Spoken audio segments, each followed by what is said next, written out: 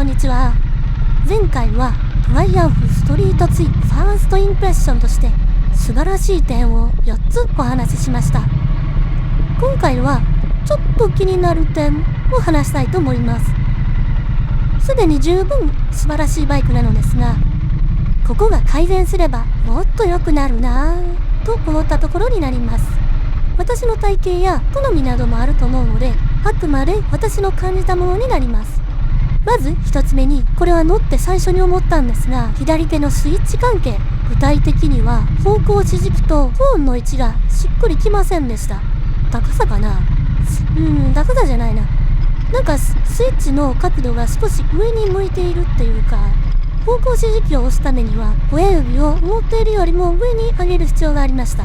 間違ってホーンを押してしまいそうになります。というか、実際押しちゃいました。前の車、ごめんなさい。それ以降気にしてよく目視でスイッチを確認してしまいます。もう少し乗れば慣れるのかな。これ自分で直せるんですかね。二つ目に、端付き性とのバーターかもしれませんが、箸が少し窮屈かもしれません。リラックスして乗れるときはそれほど気になりませんでしたが、自動車専用道路なので少し気合を入れてシャキッとニーグリップして乗りたいときに、箸の折りたたみがちょっと窮屈な気がしました。着座位置とステップの間隔が狭いのかな。でもこの車高でステップを下にするとステップがすりやすくなると思うんですよね。後ろに下げると前傾になるし、車高を上げるのもちょっと違うと思うし、開発者も迷ったところかもしれません。わー、開けたところに出てきました。すごい風景。綺麗だなー。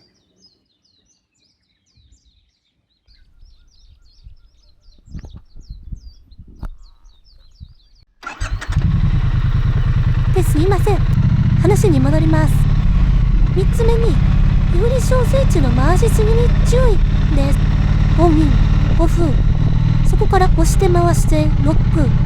そして P という風になっているんですが、最後の P マークの位置にすると、ヘッドランプやブレーキランプがつきっぱなしになるようです。昨日昼間に納車して家に帰った後気づかなくてずーっとランプがつきっぱなしでした。たまたま夜に少し走りたい用事があって使おうとしたら、ランプついてるやんという風に気づきました。危うく初日でバッテリーを上げてしまうところでした。できれば回した最後はロックにしてほしいかな。ハンドブックを読むと駐車するときは P まで回します。P の位置での長時間の放置はおやめください。バッテリーが上がってしまいますという風に記載があるんですが、何のための P なのかは載っていませんでした。そこでネットで調べると、トラブルなのでバイクを駐車してその場を離れるときに、見てもらいやすいために透過類をつけておくというニーズがあるようです。そしてエンジン停止状態でランプを点灯できてキーを抜くこともできるっていうような機能が義務装着となっている国があるそうです。部品共通化のためにこんな機能があるまま日本でも流通しているっていうことでした。知りませんでしたね。これ以降は共通性のある話ではなくて、私の車体の固有の問題です。まずは私のストリートツインではフロントブレーキがキー鳴きます。特に信号で停止するときに多いように思います。ブレーキパッドの面取りが足りていないのでしょうか。でもネットを見るとちらほら発生しているようで、面取りやグリスでは治らなかったとの情報もありました。気にしない方がいいのかな。